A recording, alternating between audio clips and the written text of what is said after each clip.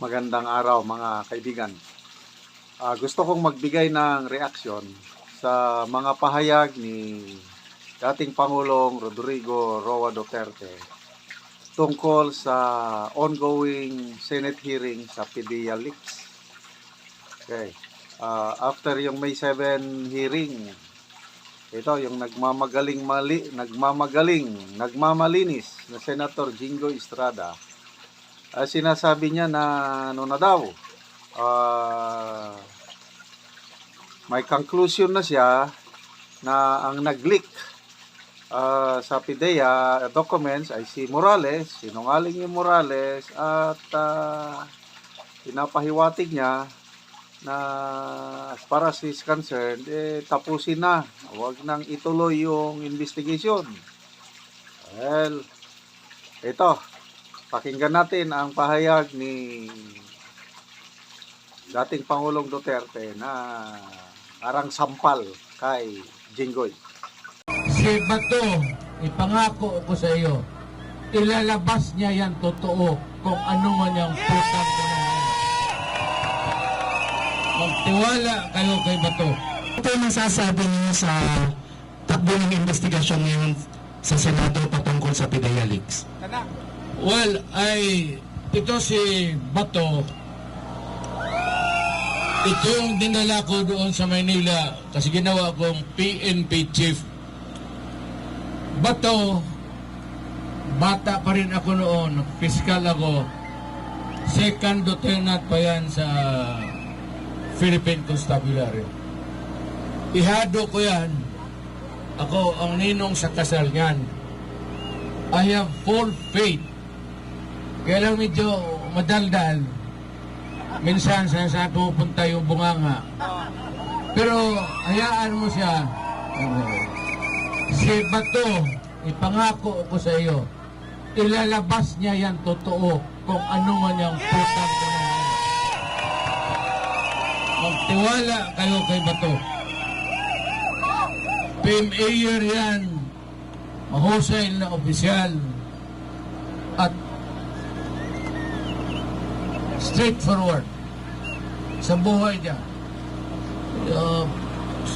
Sa pinakamahabang panahon, he worked for me. He is good and he will be a leader of our country. He will learn to be a protector of the people's interest. Okay, so take note yung word, ilalabas ni Bato ang katotohanan. Ibig sabihin yan, ang investigasyong ito ay malayo pa ang papupuntahan.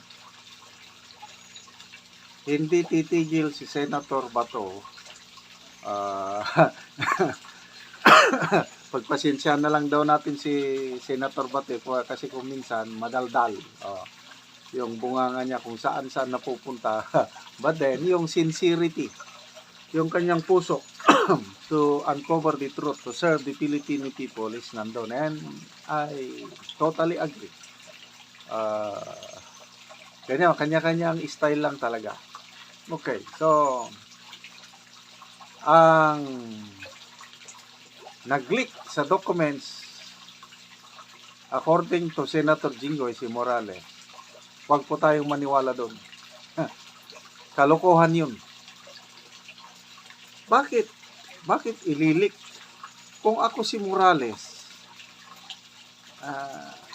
dami ko mga kaso na kinakaharap, bakit ko pahirapan ang sarili ko na ilik yung mga documents na yun? Wala na eh. Tanggal na ako sa PDEA. That was halos 12 years ago. Ano? Nonsense talaga itong isip ni Senator Jinggoy. Klaro ang kanyang pagka-bias. Yung sinasabi niya na walang credibility si Morales dahil ang daming kaso. Oh, come on. Yes. Maraming kaso si GM.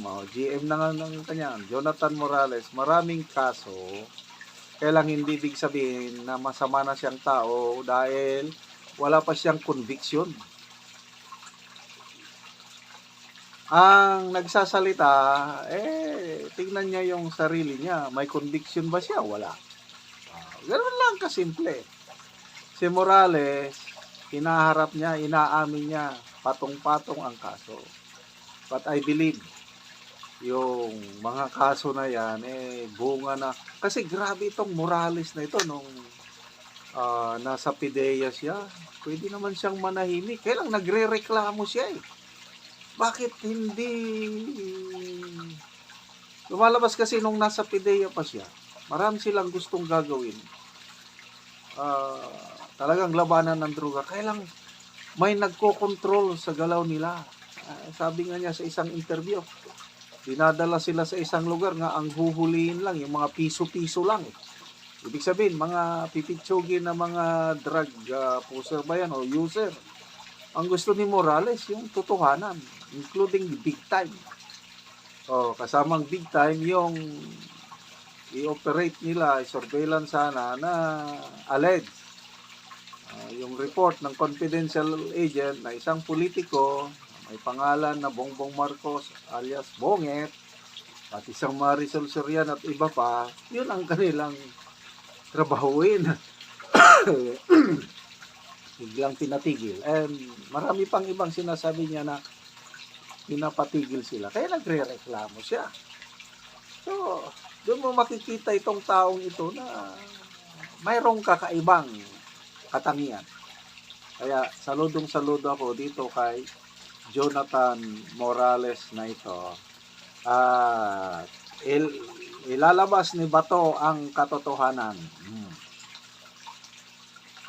Sabi ni Senator Jinggoy sa kanyang media interview after yung hearing, as far as he is concerned, wala daw involvement si PBBM. Parang gawa-gawa lang daw yung dokumento na isinama ang pangalan ni Bongbong Marcos Jr. at Maricel, gawa-gawa. Sinong mas magaling? Bato na naging PNP chief, investigador, o si Jinggoy? Nagsabi na si Bato na authentic yung dokumento, hindi AI. Sinasabi naman itong nagmamagaling na Jinggoy, gawa-gawa lang daw dahil yun ang sabi ng PIDEA. Pagkawalang analysis. Kung ano yung sinabi ng PIDEA, yun na rin siya. Huwag niyong ismulin ang taong bayan na kung anong sasabihin nyo, maniwala na lang ang taong bayan. Nag-iisip po, matalino po ang taong bayan. Okay? So, labanan na ito, battle of perception.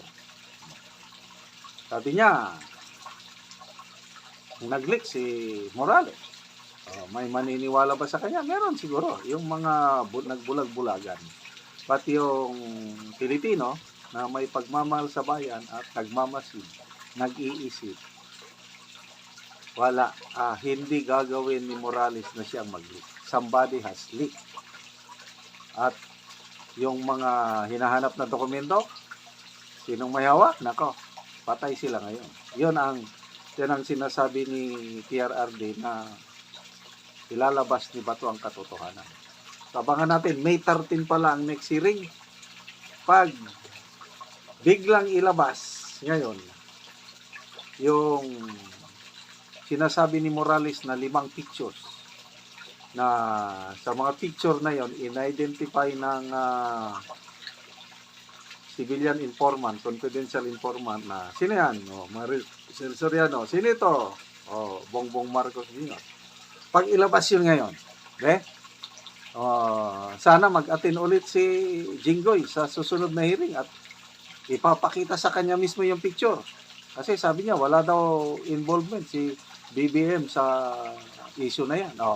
Kung ipakita ngayon, picture, klaro ang mukha. Sabi niya, walang involvement si Maricel at BBM at ipakita ngayon ang picture. Yon ang mga katotohanan na hihintayin pa natin. And I believe, lalabas yung picture na yan. Yung may hinala na ako kung sinong nakahawak ng mga yan.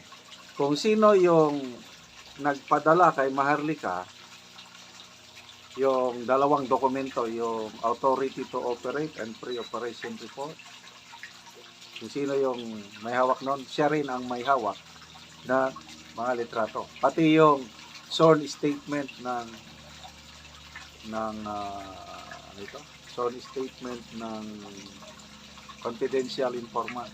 Hawak na lahat yan. Kung sino, hindi ko sasabihin kasi aking kung lang ito, analysis ko lang. Basta lalabas at lalabas yung katotohanan.